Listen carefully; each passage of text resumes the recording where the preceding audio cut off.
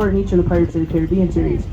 Large white boxy ship, that's the Berkeley, steam ferry boat that operated for 60 years on the San Francisco Bay, built in 1898. Wonderful museum a few blocks north from where you boarded our vessel today, and the cool thing about that museum is it's one ticket price per person. You get in and see everything I just talked about plus more. They have other tall ships there, they have a submarine, a lot more to see, all one ticket price per person. To the left, up in the sky, take a look at that. We have an airplane coming in for a landing right next to it. San Diego International Airport that I'll talk about in just a minute. It's 2 miles away from downtown San Diego, so they really are that close coming in. 2 miles away from downtown. Great view of that airplane.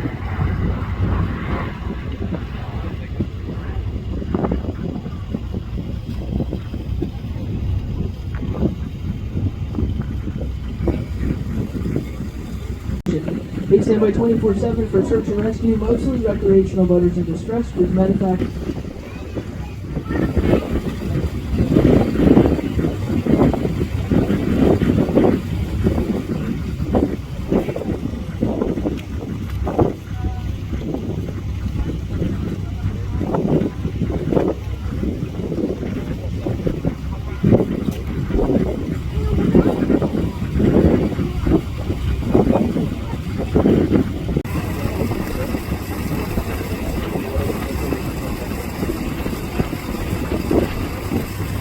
private yachts. We did pass a few great restaurants at the edge of Harbor Island. It was Costero with the blue umbrellas. It's fine dining Mexican cuisine. There's a little patio in between that and the main restaurant. The patio is called Sea Level. Now it looks small, packed with a ton of flavor. It's a great restaurant. And the main restaurant is Island Prime. It's a big steakhouse. So if you're looking for some good fine dining cuisine, a beautiful piece of the city, those three are a great option. Now here along Harbor Island, due to the close proximity of the airport. Now once we turn around and we're heading back into the dock in the same exact spot right here when our bow is facing the city, I'll bring the city skyline back up to your attention. So if anyone is missing getting a photo opportunity now, you have another opportunity all the way back from the front of it. Now you'll never see multiple airplanes arriving and departing at this airport. You look behind us and see one coming in. They can be perfectly timed, but never all at the same time. That's usually one single runway. There's one single runway in Serbia. And you can see a single runway in the United States. Measured at 9,400 feet long, 200 feet wide. The States, that is payload us on over 600 species of fish, birds, and mammals. Definitely keep your eyes on the water, folks. You never know what kind of wildlife you'll find.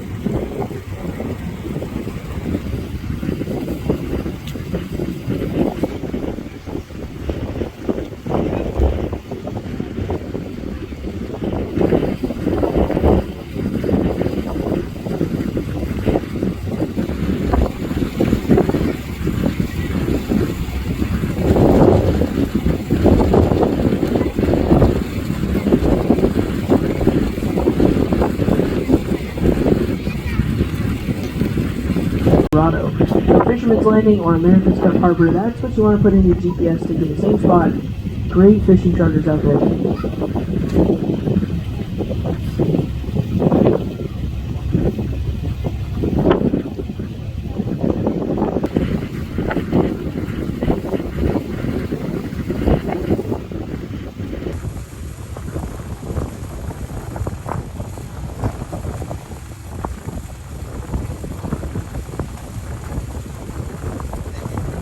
Over here to the left or port side, you have the Arleigh class destroyer from the United States Navy, and this is the USS Russell. Lots of crew out there.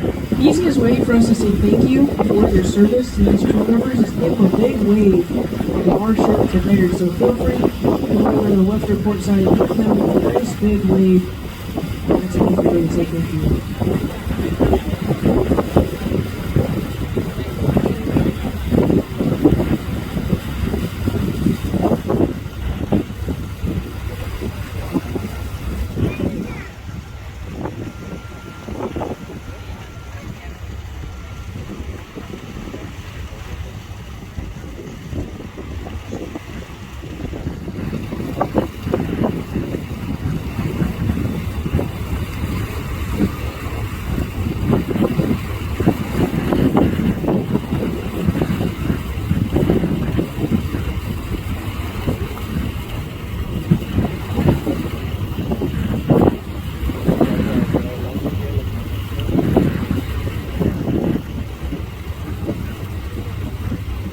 small little gray vessel right next to us on the right-hand side. That is the dolphin training boat. I've been keeping my eyes on it. Captain Dave's been looking at it as well. I don't see a dolphin with them, but that is normally what they would do. Find out if they have one. Well, it looks like they just put a sea lion in the water. So that's what they're doing, they're feeding the sea lion.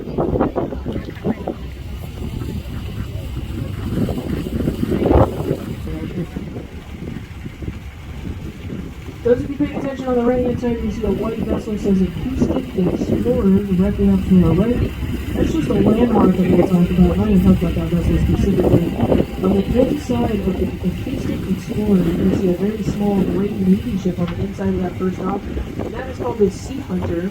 It's the Navy's first unmanned Navy ship. It took the ship all the way to Hawaii and back, not one person on board, as it was completely operated by a drone. The Sea Hunter, off to our right-hand side, inside of that white vessel that says Acoustic Explorer. Hopefully some of you guys are going to see it. Very small gray Navy ship, very pointy at the end.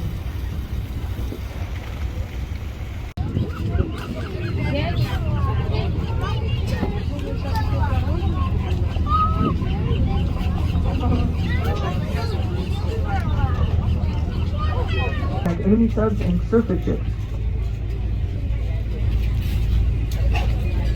Up above the submarine base, little white markers in the grassy area, that's Fort Rosecrans National Cemetery. Over the only entrance and exit right here. We do have a south-facing harbor. Marine layer is real thick out there today, so we can't see it, but from the typical point Loma, we're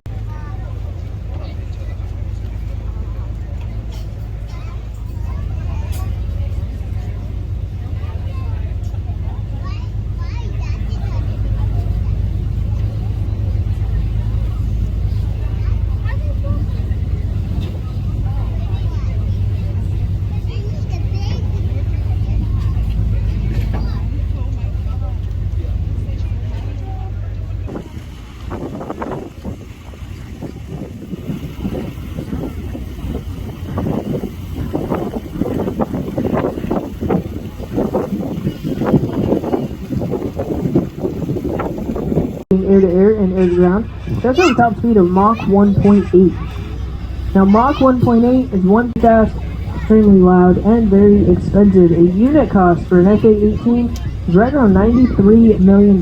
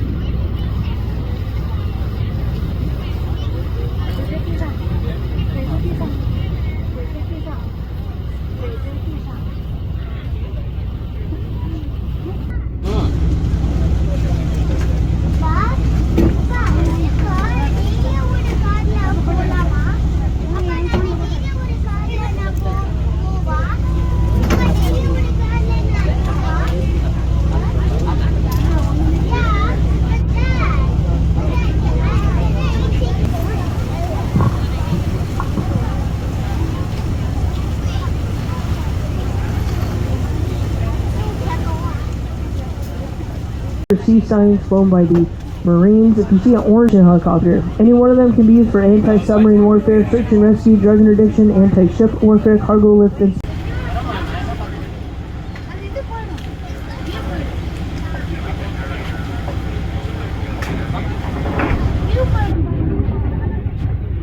stated these iconic landmarks will remain here.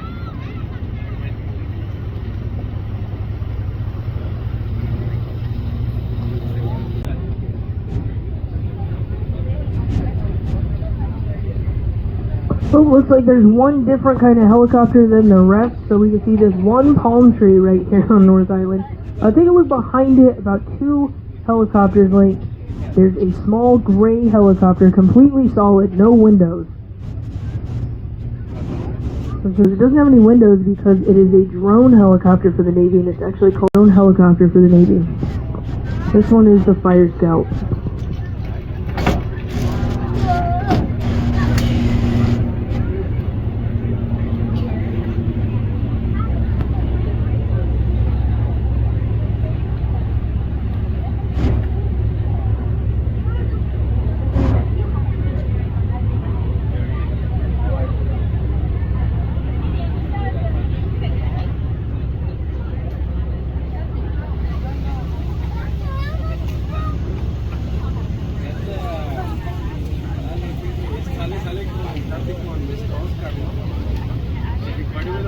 And this is that time of the cruise where we bring up that city skyline again. So if you've ever seen a picture or postcard of our city skyline, chances are it's been taken right around this area.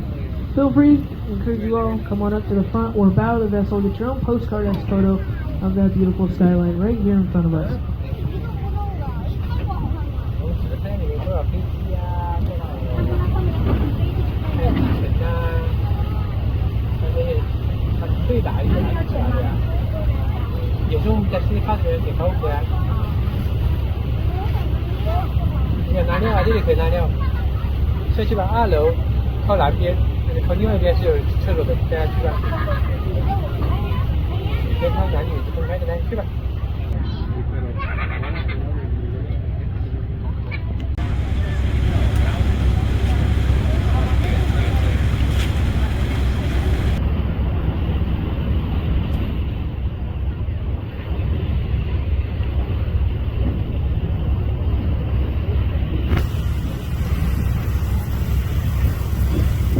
Beautiful view of that city. One thing to note, they are all 500. Anytime you see a Navy ship or a submarine with all that white shrink wrap around them, it just stops the debris from falling into the waterway, polluting the environment, harming any wildlife.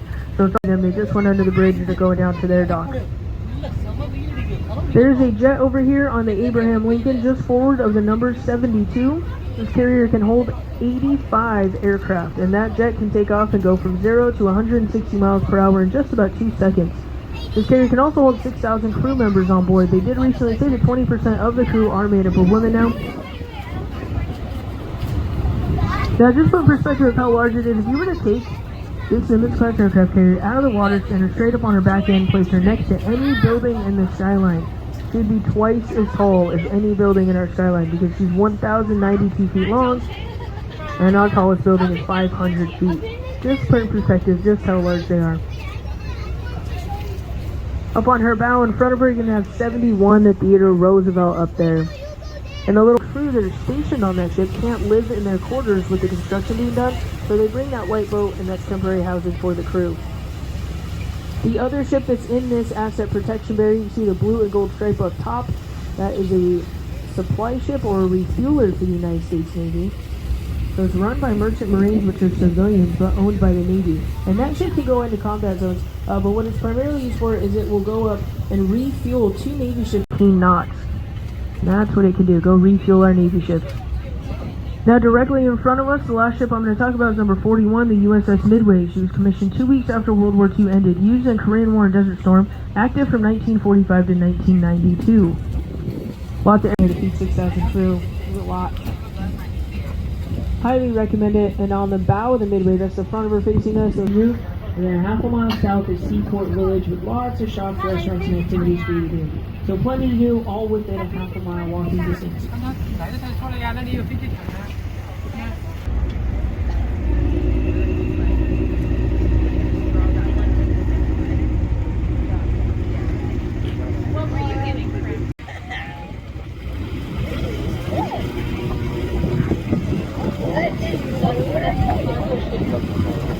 Control tower. Now that's at our local international airport, Charles Lindbergh Field, which is actually the busiest single-runway airport in the United States.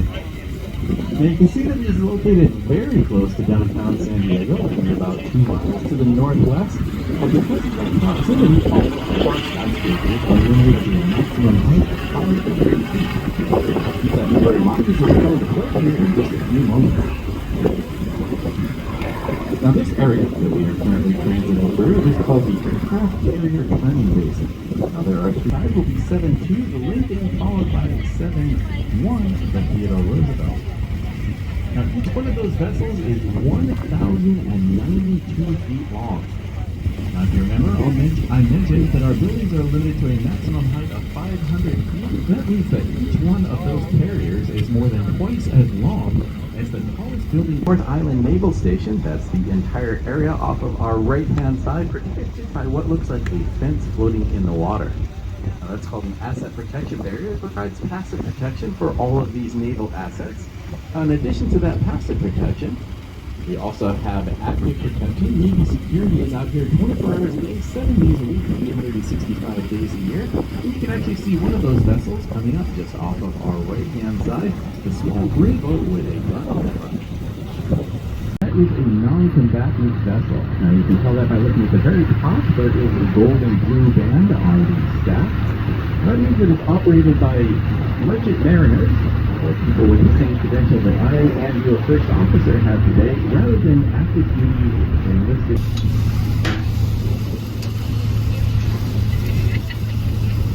Now, at the very southern end of the North Island Naval Station, you'll notice a vessel that does not have that classic battleship gray livery that the U.S. Navy loves so much. So you may be wondering, well, why is it docked up here at the North Island Naval Station? Well, that's because they primarily contract out here about 20 years too late.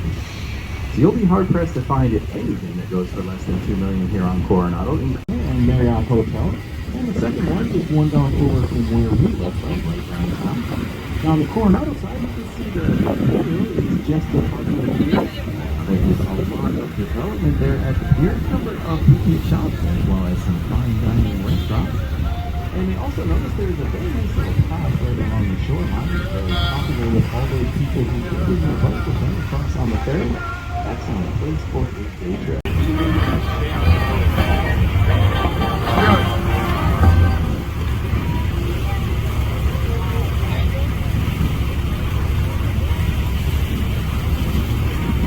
Now, human habitation of the San Diego area dates back over 20,000 years with the native Indian tribes. Now, they range from down south in Ensenada to up north in Oceanside, obviously long before either of those cities ever existed. Now, many years after the tremendous amount of dredging in North San Diego Bay, now they actually increased the average depth from 7 to 10 feet to about 20 feet or so, and the main channel is dredged to a depth of 55 feet. Now, considering the size of San Diego Bay, there was a tremendous amount of sand, silt, and sediment that was but there are two very good reasons for it. The engineers increased the length of the bridge in order to minimize the grade for all the vehicles traveling over the bridge. Now, the second, and I think more important reason, is that this bridge is part of the bridge discovered that if they increase the length of the bridge to at least 2 miles, they could get federal funding for a portion of the original cost of $40 million. So between these two reasons, the engineers went back to the drawing board. They added the iconic 80-degree curve that you see in front of you, and that increased the length of the bridge to 2.12 miles, just a little bit longer than the Golden Gate Bridge up in St. Coronado Bridge. As I mentioned, it's about 200 feet from the water surface up to the bottom of the bridge deck, and it's about 400 feet between pylon 18 and 19, which we are currently passing up between.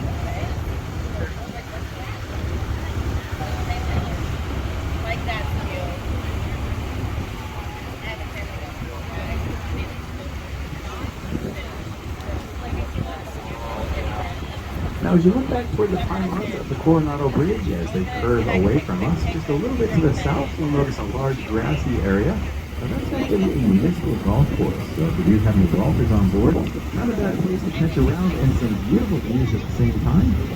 They're not a bad price either, considering it is a municipal course. Now, just behind that golf course, you'll notice some large high-rise buildings. Those are the Shores condominiums that were completed back in the 1970s. And they're right along the shoreline of a very nice little small craft harbor down here called Glorieta Bay.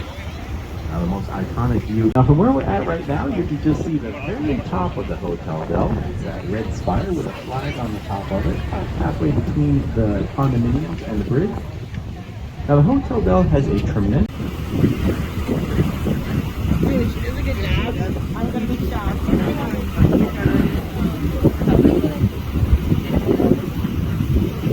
Now, a bit to the south of that peninsula with the Bud Training School, you'll notice a long stretch of sand. you look closely, you might notice some cars driving north and south along it. That's what we call the Silver Strand, and it actually connects Coronado.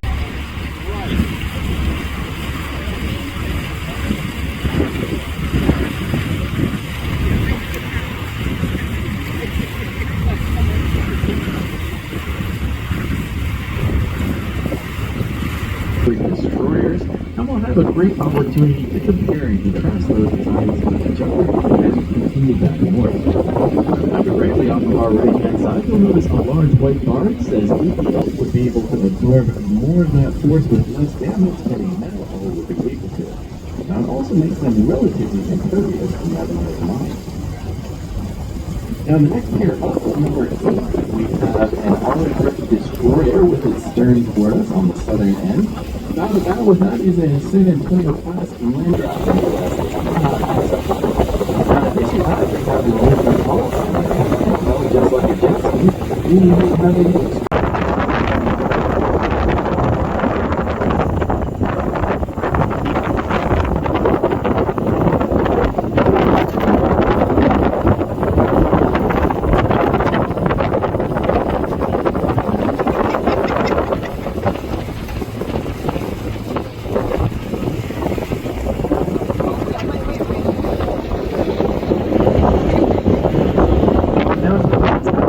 Coronado Bridge.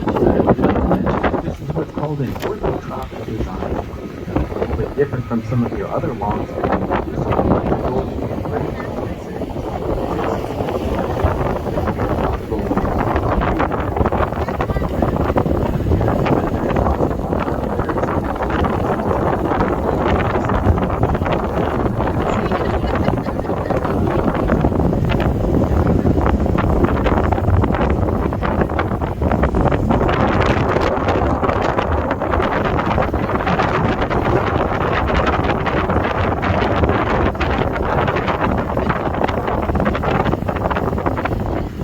That's just off of our right-hand side. You'll notice the number of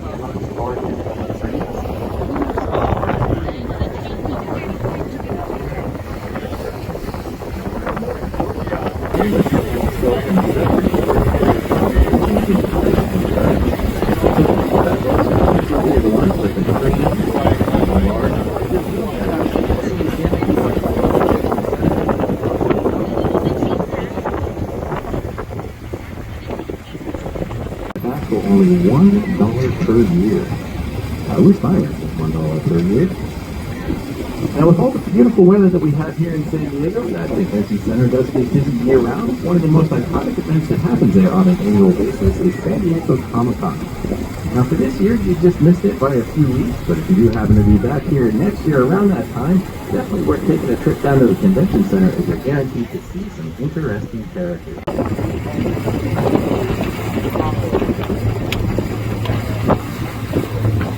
Now, this next bit of land coming up is the Embarcadero Park North.